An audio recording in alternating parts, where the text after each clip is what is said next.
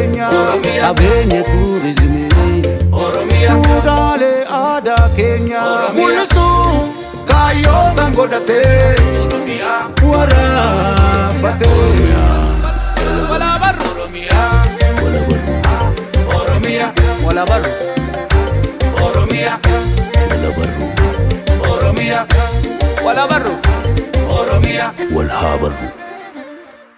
Nageenyi keenya kabajaa fi jaalalaa bakka jirtanitti isin haa ga'u. Kabajamtoota daawwattoota Oromiyaa 11 akkam jirtu kanneen biyya keessaa fi biyya alaa teessanii qophii keenya wal haa barruu daawwachaa jirtan har'as keessummaa tokko as istiidiyootti qabnee dhiyaanneeti jira.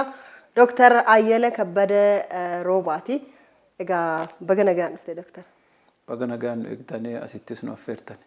Egaa Dr. Ayyala egaa biyya UK biyya English United Kingdom keessatti university tokko keessatti barsiisaadha.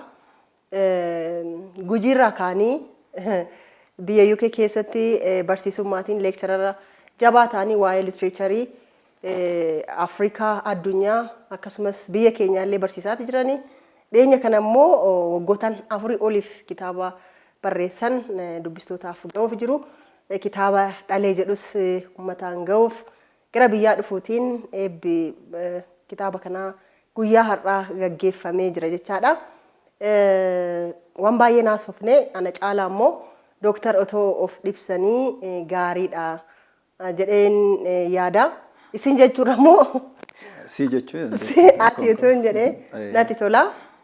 Imalli Gujii ganda xiqqoorraa kaanii addunyaa gahanii beekumsaa fi dandeettii qaban addunyaaf qooduun hangam salphaadha hangam ulfaataadha? Salphaa miti beekamaadha baay'ee ulfaataadha adeemsa dheeraadhaas dadhabbinnaa fi kutannoo osoo dadhabee maal jedhanii hojjechuudha. Inni guddaan garuu kaayyoo gula yoo deemtu kaayyoo yoo hordoftu dadhabbiin gidduu kana jiru dhiibbaan jiru hin mul'atu jechuudha. Egaa godina Gujii aanaa Uraagaa ganda Dogoo irraa kaanii ganda xiqqoo irraa kaanii imala kana umrii kanaan umriin irra jirtus umrii dargaggummaati. Kutaa meeqa waggaa meeqatti kutaa tokkoffaa seente?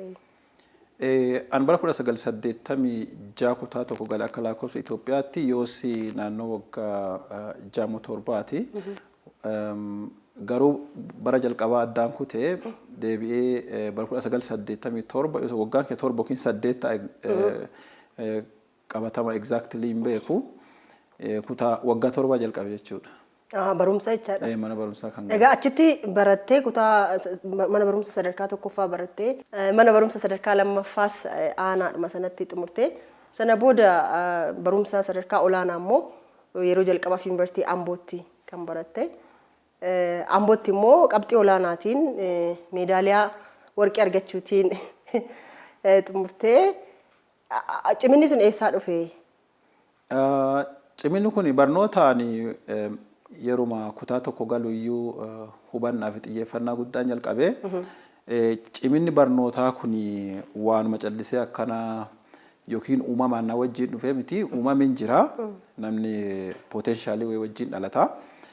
Uumama kana qofa osoo hin ta'in maatii keenya keessa waan addaa tokkotu jira. Wanti addaa kun akkootiyyattu haati abbaa kiyyaa Baatii Bariisoo jedhamti amma lubbuun hin jiranu.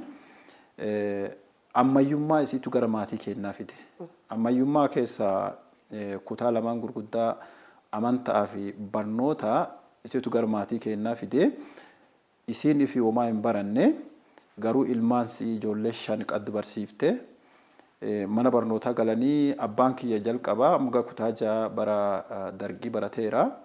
Maadhaan isaanii immoo waggaa har'aa kan lubbuu dhabe Alamaayyoo Roobaa abbaa xiqqaan kiyya yuunivarsiitii nama eebbifame. Ijoolleen si hundumtuu kutaa 4 hanga yuunivarsiitii baratanii jiran jechuudha. Kanaan wal qabatee wanti gidduu kanatti uumame abbaan kiyya gaafan ijoollee kitaabolee wayii bitee manatti fida. Kitaaboleen kun hedduun isaanii afaan Amaaraatiin barreeffamanii an dubbisuu hin beeku. Osoo mana barumsaan galini kitaabolee hedduu manumatti argaa. ima bitee fidaa achuma kaa namni dubbisu hin jiru kitaaba kana ani osoo dubbisuu hin baratini kitaabicha kana kitaabolee kanneen fakkiiwwanii fi suuraa garaagaraa kitaabarra jiru kan ilaalaa ture osuma ilaalu kitaabilee kanneen jaalachuu jalqabe mana barumsaas odoon galiin duraa mana amantaatu ture yoosi mana amantaatti qubee wayii barsiisu yoos qubeen hin dhufne 1986 akka lakkoofsa Itoophiyaatti haahuu barsiisu haahuu qubee sadan qofa keessaa baradhee addaan kutee mana barumsaan galee mana barumsaa erga galee xiyyeeffannaadhuma guddaan hordofee maaliif jaalala durumaa kitaaboleedhuma abbaan mana fidu sanniinti na keessa uume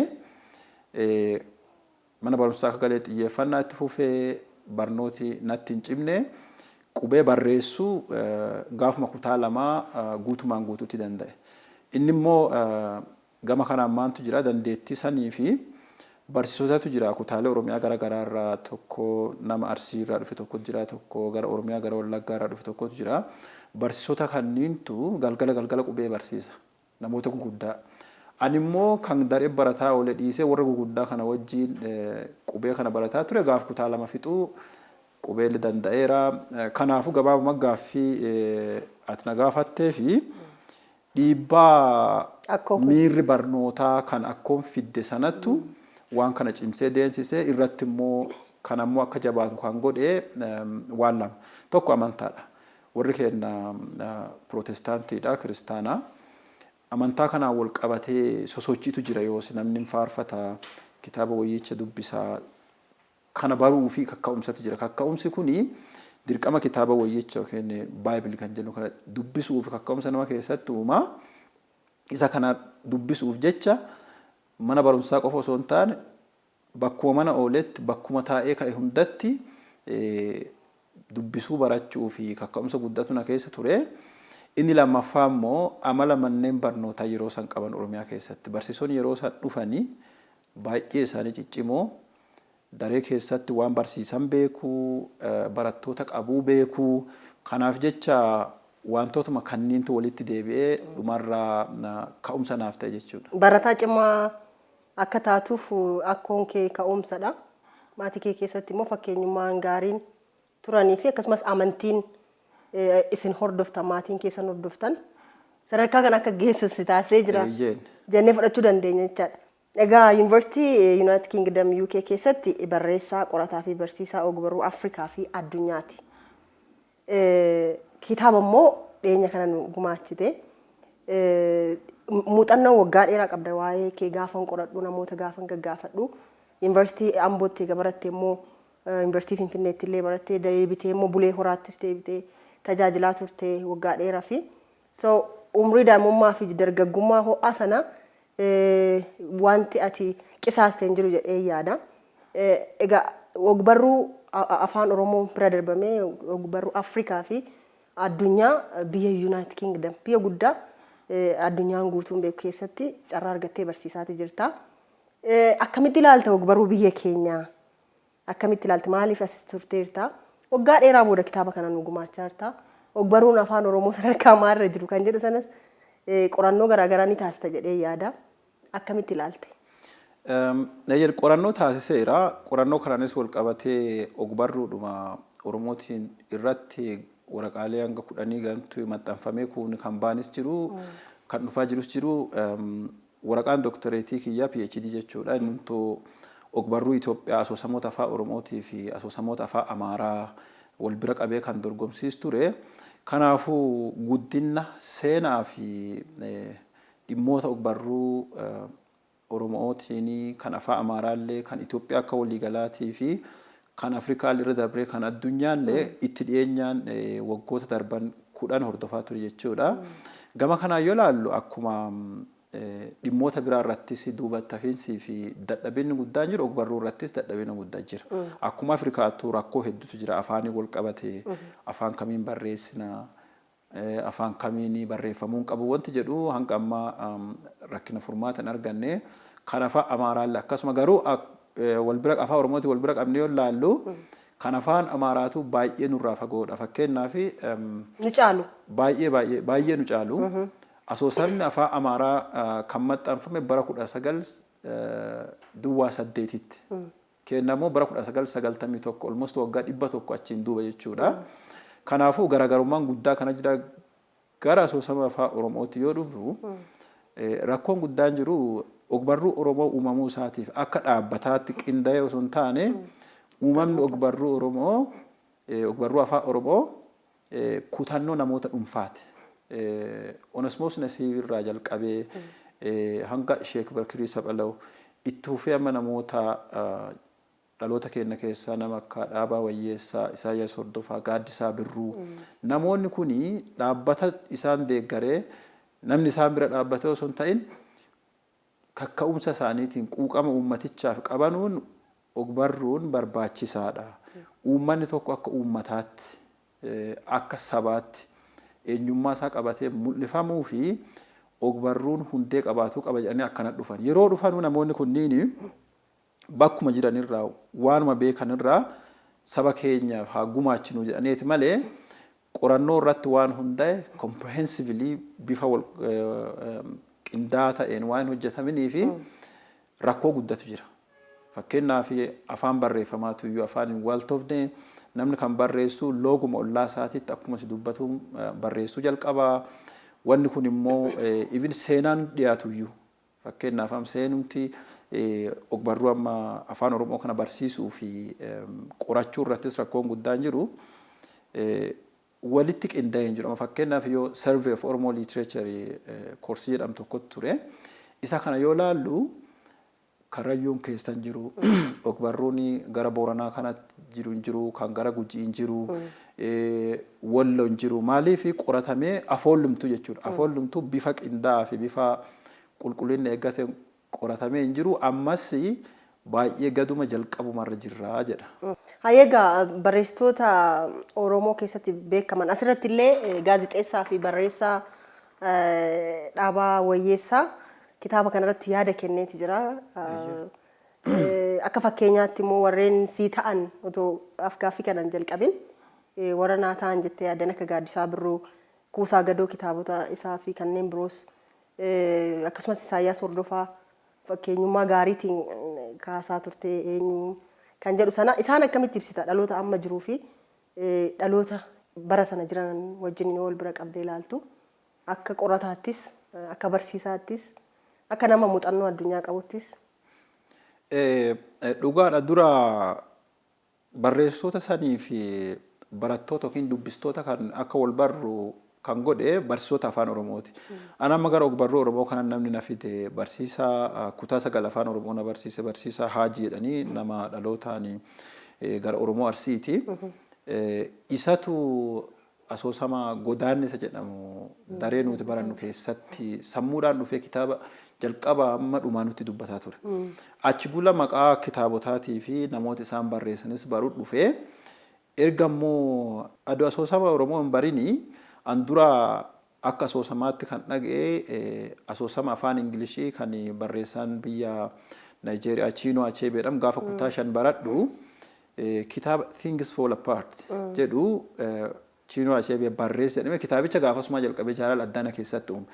Yeroo sanatti maqichumattu Ingilishii waan ta'eef naaf galee natti fakkaatan jaaladhe.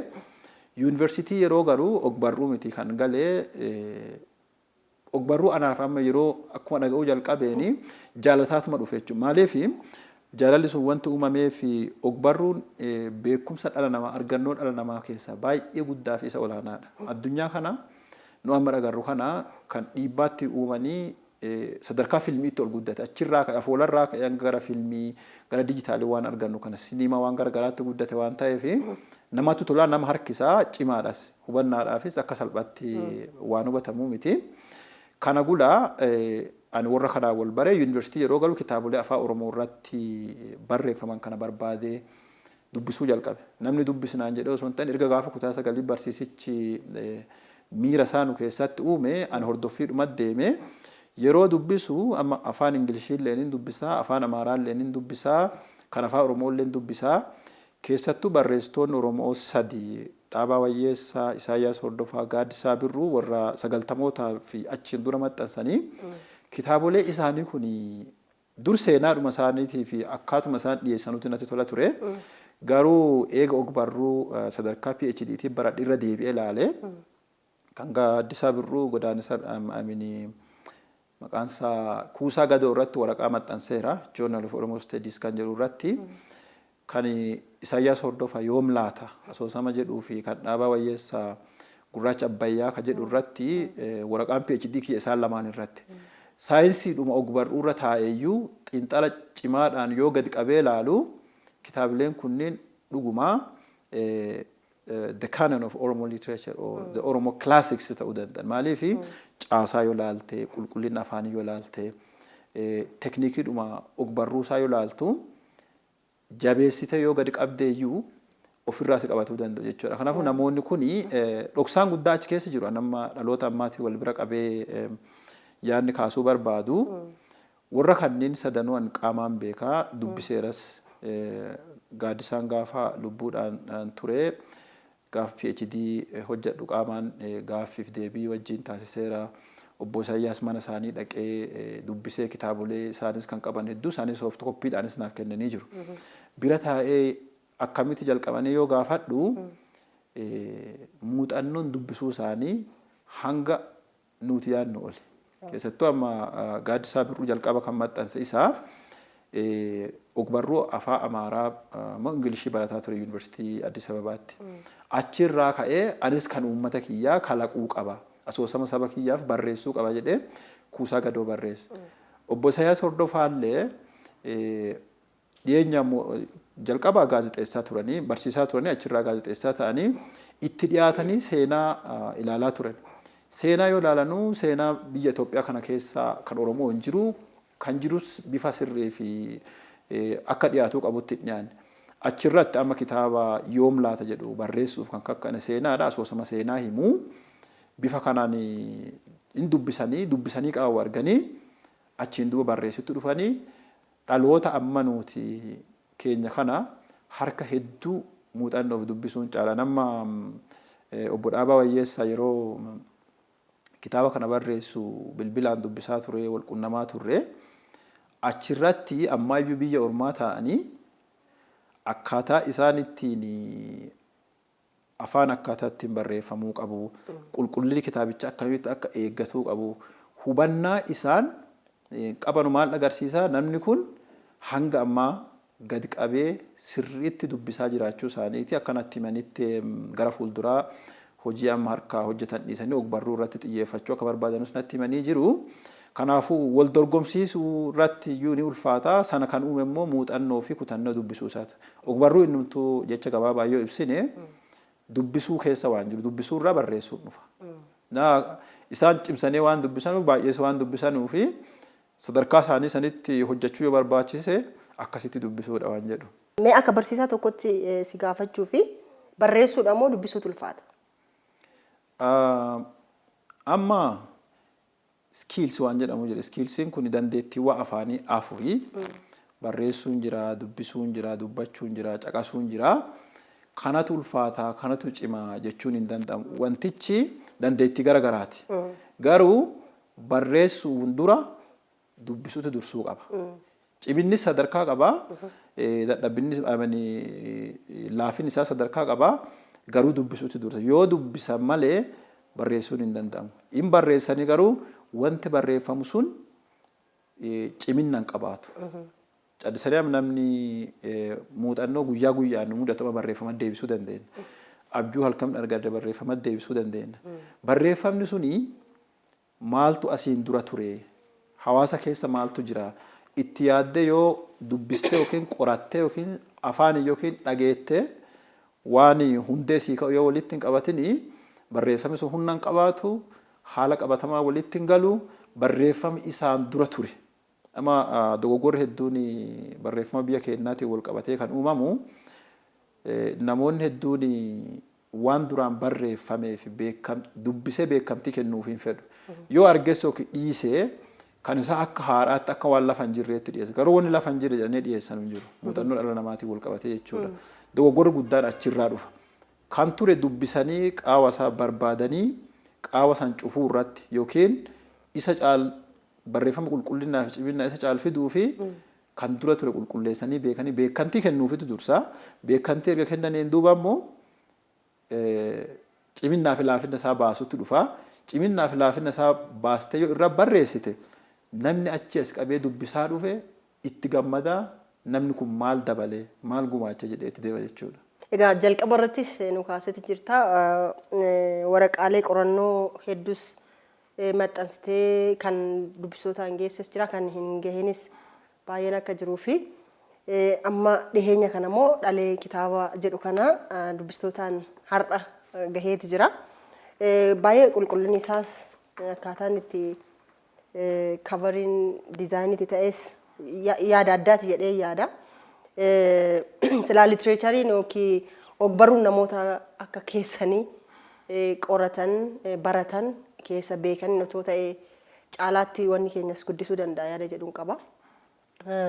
Eebba kitaabaa kee kanarratti immoo namoota hedduu akka affeertee biyyoota alaa keessaallee piroofeesaroota yuunivarsiitii waliin barsiistanii kan biyya keessaas dabalatee affeerteeti jirta. Sun hangam ogbarruu kana yookiin yaada litireecharii afaan Oromoo sadarkaa addunyaatti beeksisuu gargaara yaada jedhu sana toonaa kaaste. Dansaadha. Eebbi kitaaba kana kitaabni kun adeemsa waggaa 10ti. Erga digirii lammaffaa yookiin maastersii barsiisummaa afaan Ingiliishiitiin eebbifame an yuunivarsiitii Bulee Horaa barsiisuuf garuma hawaasa Oromoo naannoo san qubatu deeme. Waan dura afaaniin dhaga'aa ture bifa qorannooti akka haaraatti jalqabee yuunivarsiitii irratti qorannoo garaagaraa dhiyeessuuni seenaadhuma durmaatii keessatti dhaga'aa ture afoola garaagaraa kan bifa qorannoo akadeemikii workii godhadhee jalqabe jechuudha. Achirraa adeemsa kanaa yeroo kitaabni kun kitaaba tokkotu kanaan dura ture kan barreeffamee xumurameeru kun gidduudhaan dhufee duraan sababni isaa sababa dheeraatti seenaa dheeraa qabaata amma gaaffii na gaafatte irratti xiyyeeffachuu fi yuunivarsiitii ani itti barsiisuu fi qaxarame University of York yookiin University York jedhamu kanatti sagantaa wayitu jira moojulii ogbarruu Afrikaa kan afaan Afrikaatiin barreeffamanii garuu afaan Ingiliishiitti hiikamanii barattoonni akka baratanuu fi na gaafatanii akka barsiisuuf jalqabuma gaafa hojii dorgomu kanaan dorgomee ani PhD'n kiyya ogbarruu afaan Oromootiif afaan Amaaraa kan hin barreessee immoo warraaf dhiyeessee afaan Ingiliishiiti hojii walitti gale. Walitti gamnaa walitti gallaa warri kun caarraa naa kennanii caarraa kana erga achiin bahee yuunivarsiitichi Afrikaa irratti waan baay'een hojjetu garuu karoora isaan baafatanii deeman baay'ee kan nama kakaasu waan ta'eef amma gaafa moojulii kana qopheessu kitaabni afaan Oromoo sila akka keessan galchine afaan Oromootiin barreeffamee ka'ee kan Ingiliishiitti hiikamee jiru. Kan afaan Amaaraa amma jijjiiranii isaan keessaa fudhadhe akka biyyaatti jechuudha. Kanaafuu ani warri walii achi barsiisnu kunis na gaafatan maaliif kitaabolee afaan ittiin hiikatte ni barreeffamanii hiikamanii jiranu jennaani kan hiikamee kan ani beeku hin jiru qulqullina sanatti eegamee kanaaf amma namoonni kun fedhii qabu jechuudha. Ogbarruu afaan kanaan barreeffamu irratti fedhii waan qabanii fi piroofeesarri tokko amma nama fedhii qabu kana waan ta'eef guyyaa eebba kana callisee eebbuma kitaabaa gochuu hin barbaanne dhimmoota jajjabaa aadaa keenyaa fi aadaa Oromoo irratti dhimma murteessoo dhimma ogbarruu Oromootiin wal qabatu akka ogbarruu Afrikaatti maal ta'uu qaba jedhu irratti namoota dubbatan barbaadan. Namoonni achi dhufu namni dargaggeessi jira namoonni guddaan jiru affeerraa dhiyeesseera dhufu jedhee yaada yoo dhufanii wanta tokko dhaga'uu waan tokko baratuu qaban malee kitaabicha qofa eebbisanii galuu qabanuu kan jedhuuni. Namni lammaffaa achi yuunivarsiitii London irraa affeerame kun nama Itoophiyaa irratti hojjetu keessattuu ogbarruu afaan Amaaraa irratti nama hojjetu garuu ogbarruu Oromoolee nama beeku. Namni kun dhimma biyya keenyaa kana keessa beeka rakkoo ogbarruu Oromoo kanas wajjumaan waan wal beeknuuf ni beeka. Kanaaf namni kun waan dubbatu qaba. Dubbachuun isaanii kun immoo namoota keenya kanas barreessuuf karoora qaban kan qoratuuf karoora qabanuuf kaka'umsa guddaa qaba waan jedhuun isaan affeere warri biyya keessaa immoo namootuma as jiraatanii keessa beeku nama fakkeenyaaf nama anthropoloojii qoratu tokko namootuma hawaasuma keenya keessa jiraatanii seenaan barreessa kana qabatamaan beekaa waan ta'eef waan isaan jedhanutti jira. Namoonni kun nuun siinerii namoota waggaa hedduu turanii barumsa guddaa nuuf dabarsu waan jedhee yaadee fi namoota kana dabalee keessummoonni keenya dhufan immoo maaltu barreeffamuun kitaaba kanaa ergaa maalii qabaa guddin ogbarruu Oromootii fi maal gumaacha waan jedhus achuma keessatti kan dubbanu ta'a. Kanaaf ani namoota biyya keessaa fi biyya alaallee kan walitti fiduuf yaaleef. Hangam fayyada guddina ogbarruu Oromoo addunyaatti beeksisuu keessatti? Gaheen ati barreessite fakkeenyaaf afaan Oromootiin barraa'ee afaan Ingiliffaatiin amma hin jiru jettee jirta. Afaan Ingiliffaatiin barreessite tarii ogbarruun keenya akka qorannoowwan garaagaraa irratti gaggeeffamu taasisuu keessatti yaada akkamii qabda yookiin karoora akkamii qabda? Andurumaayyuu afaan Ingilishii illee barreessuu danda'a ture. Maaliif erguma barnoota jalqabe hawaasuma kanaan hojjedha. Barreessuus ni danda'a. Garuu yaada tokkotu naa dhufe jalqaba namni afaan ittiin addunyaa baruu qaba, afaan ittiin hiikkatu qaba. Anam afaan Oromootiin afaan hiikkadhe. Afaanuma afaan hiikkadhe sanni afaanuma addunyaattiin bare sanaan dura barreessuu qaba jedheeti tokkoffaadha. Lammaffaa immoo seenaa an barreesse kun seenaadhuma uummatan keessa dhaladhee guddadhee seenaadhuma Oromooti. Oromiyaa wal haa barru.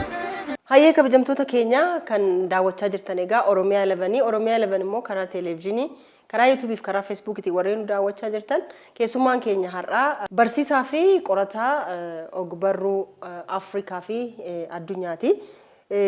Dr. Ayyalee Kabbadaa Roobaat egaa kan isaa wajjin turtii taasisaa jirru waan baay'ee kaasaati jirra muuxannoo fi mudannoo isaaniis akkasumas immoo wantoota akkamitti akka sadarkaa kana gahanis kaasaati jirra muuxannoo fi mudannoo isaaniis kaasnee waliin haasaati jirra.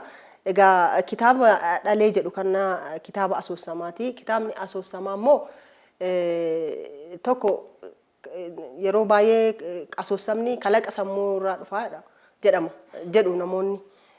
Ammoo bakka seenaa fi aadaan saba tokkoo hin jirretti lafa kaanii kalaquun illee asoosama sana asoosama taasisuu dhiisuu danda'a. Asoosamni dhalee kitaaba dhalee kana keessatti jiru kalaqa sammuu kan qabuu fi akkasumas immoo seenaa fi aadaa uummataa kan qabudha moo akkamitti barraa'e kan jedhu sana tonu ibsitanii.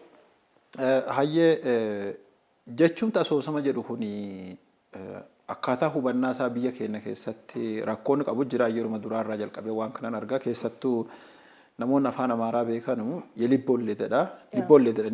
Libboollee yaaduma sammuu keeti keessaa yookiin qalbii keeti keessaa kalaqxee baachuu ergaa jedhu irra aana jechuudha. Garuu asoosama jechuun akkasii miti.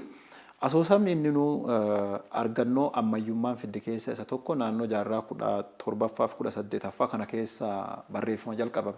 Achiin dura barreessitoonni bifa walalootiin barreessuu, bifa sirbaatiin barreessuu, song and poetry jedhanii garuu naannoo jaarraa 17ffaa 18ffaa kana asii biyyoonni gara Europe kun United Kingdom faa biyyoonni gara gara France faa barreessuu jalqabanii bifa barreeffama dheeraatiin akka waan amnuuti asoosama jennuun kana.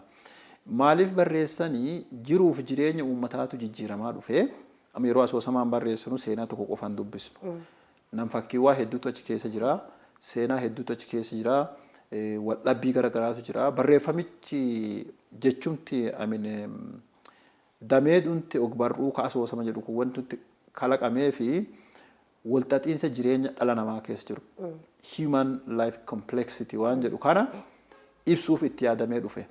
Kanaafuu yoo barreeffama gosa sadarkaa lama qaba warri dhuguma seenaa sammuu fi keessa qofaa kalaqanii barreessanis jiru. Barreessonni tokko tokko waan gara fuulduraa ta'uuf amma scientific fiction kan jedhamu jira. Isa barreessanis jiru. Garuu hedduun isaa kan amma akka dhalee kuni historical fiction illee ethnographic fiction kana lamaan walitti makaa seenaan nama dhuunfaas jira. Nama dhuunfaa yeroo jennu qooddataa tokko uumtaaf. Kalaqa wanni jedhamu barreeffama asoosamaa keessatti waa'ee nama lubbuun jiru yookiin waa'ee mataa kiyyaa yookiin waa'ee keetedhee nama tokko fudhatee barreessu amaluma isaatii nama uumtaaf. Nam fakkii jedhama maqaan isaa nama waan nama fakkaataa uumtaaf. Waan nama fakkaatu suni amaloota dhala namaa irratti ilaaltee hubatte qorattee hubatte irra keetta. Yeroo itti kennattee ergaa kana deemsiftu hawaasicha waa'ee isaa barreessitu hubatuu qabda. Keessattuu yoo ethnographic novel yookiin historical novel jedhamu yoo barreessuu barbaachise hawaasa sana beekuutu barbaachisa. Fakkeenyaaf barreessaan afaan Amaaraa Fiqir Maarqos Destaa jedhamu tokko uummata Hamar keessa jiraate waa'ee isaanii erga hubateen duuba Ivaangaadii kitaaba jedhu barreessa amma qorannoo PhD kiyya keessatti fayyadameeraan. Tasfee Gabraam Yeburqaa Zimmitaa kitaaba jedhu kan barreessa amma dhimma Oromoo yeroo baay'ee kitaaba san keessa akka as Bishooftuu dhalatee Bishooftuu ka'ee gara Arsii deemee naannoo laga Burqaa achi booddee waan kana bifa asoosamaatiin dhiyeessa. Kanaafuu dhimma hawaasa laallatu dhimma uummata laallatu yeroo barreessinu dura hawaasa sana qorachuuf beekutu barbaachisa. Achiin duuba kalaqa kan ta'uu danda'u seenaa himtu sana osoo hin ta'in akkaataa ittiin dhiyeessitu santi kalaqa. Amma jecha dhalee jedhu kan yoo fudhannee jechichi hiika hedduu qaba Oromiyaa kutaalee garaagaraa keessatti. Oromoo Gujii birattuyyuu hiika garaagaraa qaba. Garuu hiika akka kitaabichaatti an fidee hiika namoonni achi beekan sanarraa adda. Akkaataa ittiin asoosamichi kun bocamee saayinsii fi tekniikii gosa barreeffama kanaa hordofee waan dhufutu kalaqa jennaan. Kalaqichi waan hedduu walitti fiddee caasaatti baastee akka namaa dubbatu yeroo dhiyeessitu kana kun kalaqa sammuu keetiiti. Seenaa achi keessa jiru sun immoo seenaa nama tokkooti miti, seenaa bakka murtaa tokko qofatti ta'u miti. Seenaa universal waan jedhamu jedhama. Fiction and reality waan jedhamu kuni fiction is not false. Sobaa miti.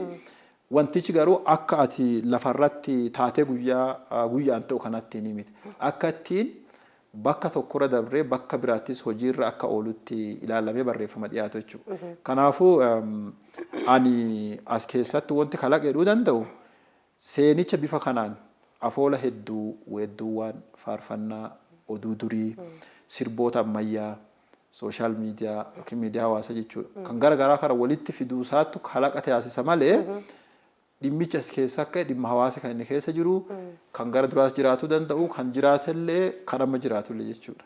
Alee kana keessatti egaa taatonni as keessa jiran taatota main kaaraakter ta'an as keessatti jiran isaan tarii ati hawaasa keessatti warreen imaajineet gootee lafa goote moo jireenyuma keessa dabarsite keessatti warreen argatteedha. Anam waan kana barreessuuf waan ofii kiyyaa hawaasa keessatti beeku qofarratti hin hundoofne saayinsiidhuma ogbarruu kan amma bara darbe kanaa ogbarruu Giriik duriitii fi ogbarruu warra Roomaa Laatin liitiracharii kan of barsiisaa ture Ingiliishitti hiikame jechuudha. Hoomerii jalqabee hanga Sheekispiirii fi amma Anuwaadhanii barreessaa tokkotu jira kunoo biyya Firaans keessa naannoo bara 1930 kana kitaabota barreesse. Shakespeare, Ovid, namoota barreeffama kun jiru biyya keenya maqaan isaanii baay'inaan beekamuu dhabuu danda'a. Garuu sadarkaa addunyaatti baay'ee beekamu. Kana hunda laaleetti. Kana hunda keessa yeroo laalu taatoowwan yookiin jecha asoosamaatiin nam fakkiiwwan warri jedhamu kan uuntu kuni nama tokko qofaan ta'anu namoota amma taatoo gurguddaa lamatu jira akkuma qola kitaabaarraa mul'atu kana. Dubartii fuula guurtee fuula gaddaa agarsiistu kanas nu laaltuu fi durba bifa ammayyaatiin uffattee achi deemtu kanatu mul'ata. Warri kun lamaan haadhaa fi intalaa addunyaa garaagaraa nutti agarsiisan. Kan duraa kuni agaraa mormarra kaattee fuula guurtee natii mormatti hidhattee rifeensa siis bifuma ammayyaa nuti hawaasa keenya keessa beeknu dho'atteerti. Quttoo dhaattee? Quttoo qabaasa. Quttoo dubartoonni actually dubartoonni maatii godhatan quttoo yeroo baay'ee hidhatanu durbattu hidhata. Nama addunyaa garaagaraa nutti mul'isu kana kan duraa kun kitaaba keessa kan jiru san bakka bu'uu dhabdu malee nam fakkii lootuu jedhu kan uumee jira. Maqaan lootuu jedhu kun uummata Gujii biratti beekamaadha. Dubartiin tuni dubartoota Oromoo kutaa garaagaraa keessa jiran hedduu bakka buuti. Dubartoota amma abbaa manaatiin walii galuu dadhabanii hawaasni hubatuu dadhabe yeroo tokko amma osoo ilmoon argateen osoo hin deeyni waggaa 9 turte. Hawaasni dubartiin tokko yoo heerumte akkuma deettu irraa eega. Yoo siin deewuu dhabdee maqaa garaagaraa argatti. Amma tanaanis maqaa garaagaraatu jedhamee baay'ee itti dhaga'ame. Deewuu dhabuun si garuu rakkoo si hin turre duubarraa nama biraa heerumtee abbaa manaa jalqaba wajjin turte dhiistee yoo siin ka biraa heerumtu hin deette. Kana jechuun rakkinni kan siitii miti. Garuu kan komatamaa turteef isheetu komatamaa ture. Intala kana yeroo deettu intalli siitun immoo akkaataa isiin ittiin guddiste jira. Seenaa dubartoota ciccimoo hawaasa keenya keessatti beekama kanneen amma akka akkuma nooyyee dubartooti biraa jiru amma kan baay'inaan Oromiyaa kutaalee garaagaraa keessatti hin beekan dubartoota ciccimoo jechuudha. Seenaa dubartoota ciccimoo sanaa itti himti akka amantaatti immoo seenaa mana amantaa keessatti intalti tun dhumarraa yuunivarsiitii Finfinnee kana galte nama seenaadhuma sana deebi'ee qoratu waan haati isii duritti himte san yaadataa barreessaa bifa qorannootii jijjiirte dhumarraa xayyaara gubbaarraa mul'atu sun akka agarsiisutti biyyaa baate barnoota dabalataa barachuuf digirii duraa erga asii eebbifamte biyyaa ba'uun sun immoo maal agarsiisa haalli biyya keenya keessa jiru haalli sirna barnootaa keessa jiru namootatti yotti mijatuu dhabu yoo ta'uufii dhabu namoonni sammuu ciccimaa akkasii qaban biyya dhiisanii akka deemanuu fi brain drain amanuuti qabeenyi guddaa sammuu namaa dhabnu kana agarsiisuu barbaadeeti. Kanaafuu warri kun lamaanuu iyyuu namoota hedduunuuf bakka bu'an jechuudha. Dubartoota haa ta'anu malee jechichi kunis isaan walitti fiduu fayyadame ani immoo duubarra kaasuu dandeenya seenaa dubartoota warra waan xiyyeeffachuu barbaadeef qabaa kanaaf isaan lamaan irratti xiyyeeffate jechuudha. Kitaaba xiqqooman irraa ilaale sana keessatti aadaa namni aadaa isaa safuu isaa eenyummaa isaa kabajatee jiraachuu akka qabuu fi gujiin immoo addatti dubartiifis haadha warraafis dubartootaaf kabaja addaa akka qabu as keessatti kaasteeti jirta. Maaltu adda godhaan? Wanta adda godhu an amma Oromiyaa gola garaagaraa keessa Oromoon jiraatanu wal fakkaataa qabu. Aadaa wal fakkaataa qabu, safuu wal fakkaataa qabu, kabaja wal fakkaataa qabu. Karan immoo qabatamaan keessa jiraadhee beekuu kan gujii kana. Sanaaf ka'umsa isa godhadhe. Bakkuma beekurraa jalqabuu qaba. Kan jedhamu ilaalcha tokkotu jira kitaaba kana keessa dubbistoonni arguu danda'anii yaada kajjuu jedhu tokkotu jira. Kutaan tokkoof kutaan duraa kuni ka boqonnaalee 10 qabu kajjuu jedha. Kajjuun kuni uummata kana biratti namni tokko kan humna qabu tokko nama humna hin qabne nama deeggarsa yookiin gargaarsa barbaadu tokko yoo miidhe waaqatu isa gaafatadha.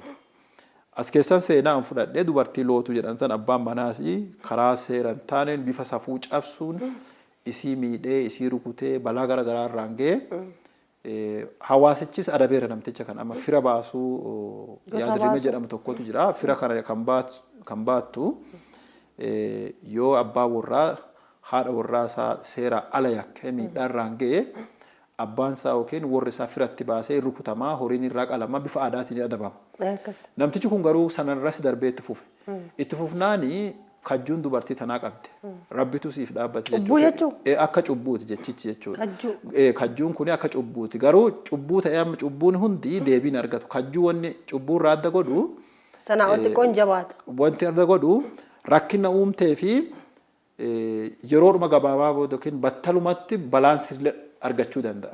Cubbuun yeroo hundaa yoo fudhanne tasa akka yoo akka amantaafaatti ilaalle namni jiruun duuba faa cubbuu godhe sanaaf itti gaafatamudha. Garuu yaadi kajjuu jedhu kuni lafarrumatti yeroo osuma lubbuun jirtu inturuun bulu balaan sun irra gaha jechuudha.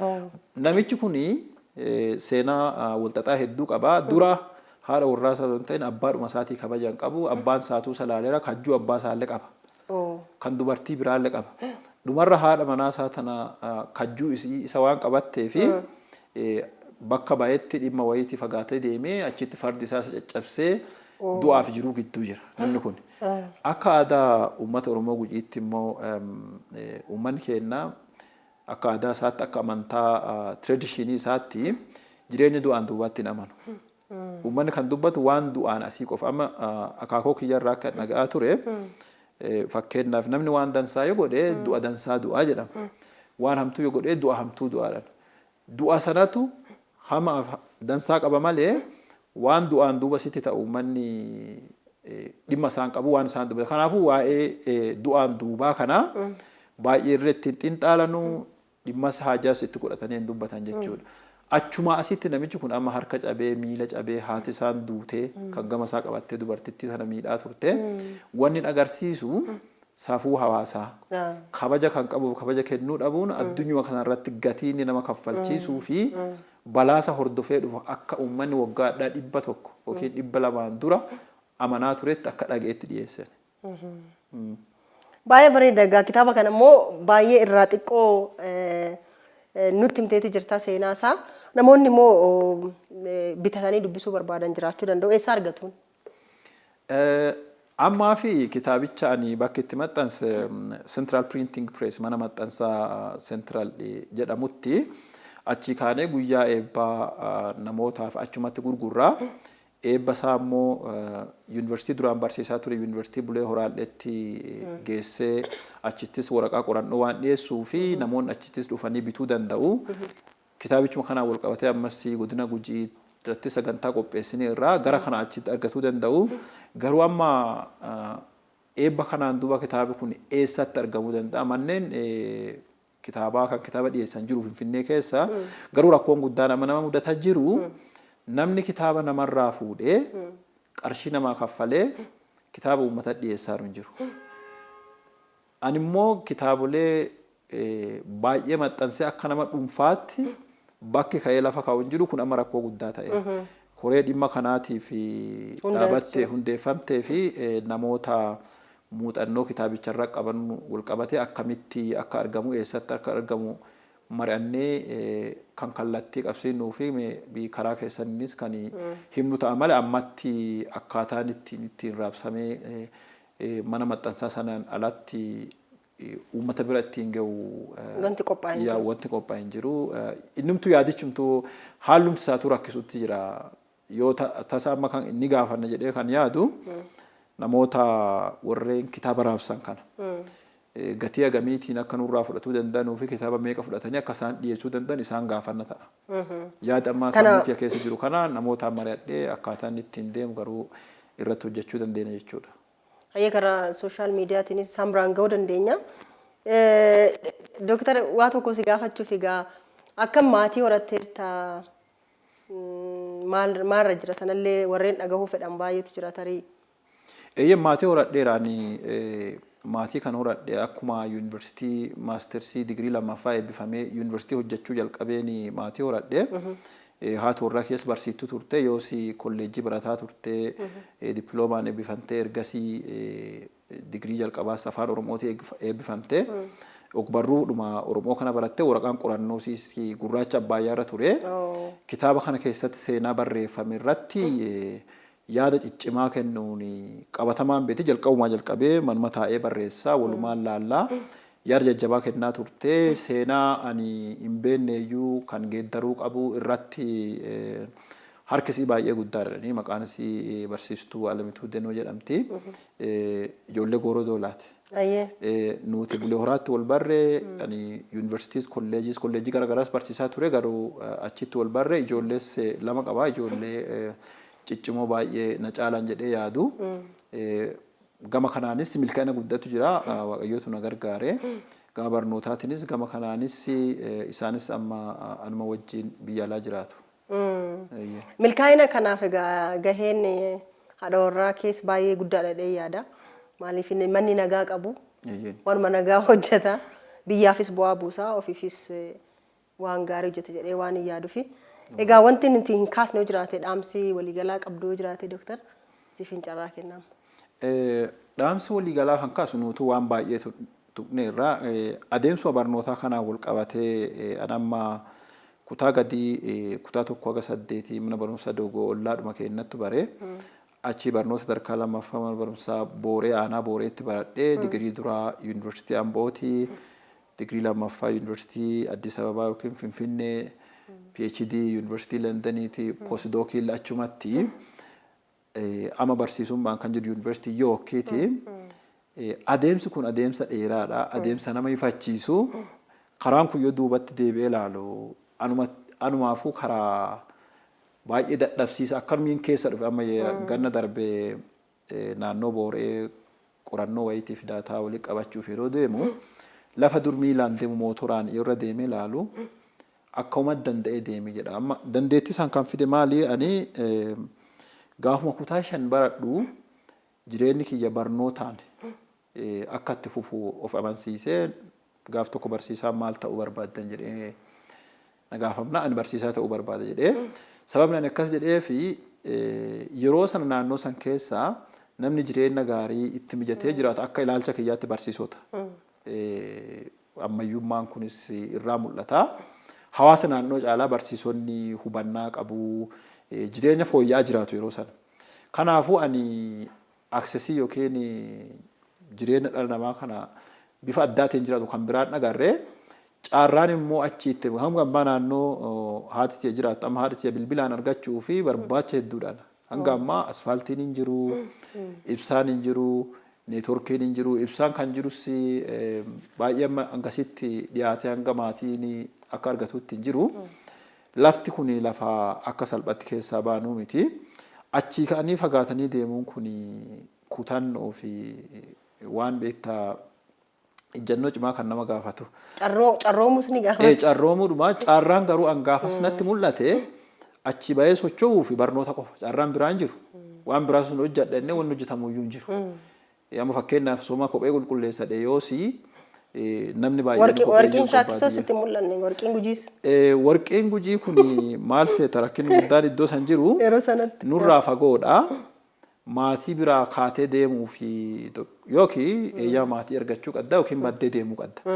Anama xiqqaan marraa jalqabee warri keenya gara amantaatiin maatii ajajamuu dhabuun maatii tole jedhanii caqasuu dhabuun balaa hamaa akka fidu ijoollummaadha waan natti himanii fi badee deemuun barbaanne namni badee deeme lakkoofsaan qabu kan badee deeme sunis baay'een isaan milkoonne. Sababni warqichi wanta achi jiru sun warshaan suni uummata naannoo namoota achi jiran kanaaf carraan kennu jiru amma ijoollee yeroo san ijoollummaan deemtee waanuma warri itti fayyadamee dhangala'aa achi keessa gad deemurra waan fayyadamtuuf hedduun isaaniitu lubbuun dhuman. Dhibee garaagaraatiin saaxilamanii fin abbaa xiqqaan kiyya kan bara darbe du'e kunuyyuu achi ture yeroo dheeraa fi dhibeen amma dhumarra inni du'een kun jalqabachiisa qabate. Jalqabachiisa qabate amma dhibee garagaraa yeroo san dhibee sun baas dhukkubsatee dhufee anam akka shakkutti keemikaalli kuni fayyaa namoota hedduutiif balaa ta'eera jedhee yaada. Haala kanaan wal qabatee nama deemuun feene an barnoota akkuma jalqabeen jaaladhe bisatti hin deebine achi socho'ee addunyaa keessa socho'uuf kan qaawwanaa bane barnoota kanaaf dubbisuudha ergaan guddaan ani dargaggeeyyii barattootaaf nama kamiifuu dabarsu dargaggoota qofa osoo hin ta'in namni guddaanu yeroo gara yerootti sammuu fi fooyyessee addunyaa waliin deemuu fi dubbisuu qaba. Yoon dubbisne ta'ee maaltu isa maddiitti maaltu nafa isaa keessatti fayyaadhuma fi namni wantumti nyaatu iyyuu waan fayyaa qabaati eessaa dhufa maal nyaadhaa akkamitti hojjetama jedhamee beekuu fi dubbisuu barbaachisa. Amma salphatti yoo fudhannee ruuzii dhumti biyya gara chaayinaa kana fa'aa galu nyaata osoo hin ta'in laastikii wayiifa waan ta'eef dubbisuun furmaata waan hundaati ergaa dabarsuu barbaada. Eebbaan wal qabatee immoo eebbarratti namoonni affeerantaniirtanii akka dhuftanii nu wajjin eebbistan Premier Best Western Hotel Insaa Fuulduraa Walloo Safarii muddee 26 waarii duuba affeerantaniirtu atis affeeramteettaa jedha. Hayyeegaa nutis turtii bareedaa waliin taasisneet jira dhimmoota jajjaboo baay'ee kaasneet jira. Jabinni jabaatanii yoo baratanii jabaatanii hojjetanii wanti immoo amna akka hin jirre fakkeenya gaarii nuu ta'a jedhee yaada doktore. Caalaatti immoo gara fuulduraatti addunyaallee akka nu sochoostu caalaatti immoo gara fuulduraatti fakkeenyummaan kee biyya keessa darbee addunyaatiif ta'ee deebi'ees immoo akka biyya keenya tajaajiltuuf abdii guddaa qabna. Muuxannoon kee immoo dargaggoota biyya keenyaafis barsiisotaa fi barattoota biyya keenyaafis akka ta'u abdii guddaan qaba. Waan kana caalu heddummoo akka sirraa eegnu asumaan dhaamsa sitti dhaamuun barbaada. Nutis egaa qophii keenya wal haa barruu Oromiyaa 11 Dr. Ayyalee Kabbada Roobaa sitti affeerannee wajjin taasaa turre kana fakkaata. Waa'ee kitaaba immoo isaa akka argattan karaa adda addaatiin sin beeksisna. Ammaaf xumurreeti jira turban keessumaa keenya wal haa barruu kan biraatti walitti deebina. Hanga turbanitti turban gaarii nagaatti. Oromia wal haa barruu.